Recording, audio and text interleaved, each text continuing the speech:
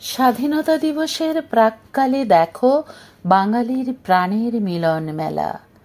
সুগম পার্কের আবাসিকগণের আয়োজিত এই অদ্ভুত বইমেলা হাজারো রঙিন প্রচ্ছদ আর নূতন বইয়ের পাতার গন্ধে চেনা অচেনা মানুষের ভিড়ে দেখো উঠল মেতে আবাসনের সন্ধে।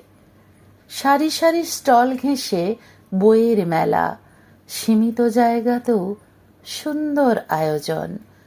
প্রত্যেকে আসে যদি হাত বাড়িয়ে, আইনের পাহারাদারির নেই প্রয়োজন। উদ্বোধনী সঙ্গীত ও কবির প্রবেশ, পাশাপাশি থাকে খাবারের ঘ্রাণ। কেউ করে বুক লঞ্চ, কেউ পড়ে কবিতা, নূতন লেখকের মনে যশের আঘ্রাণ। কবিতা, গল্প ও উপন্যাসের পাতা মিটিয়ে দেয় মনের সব উদাসীনতা।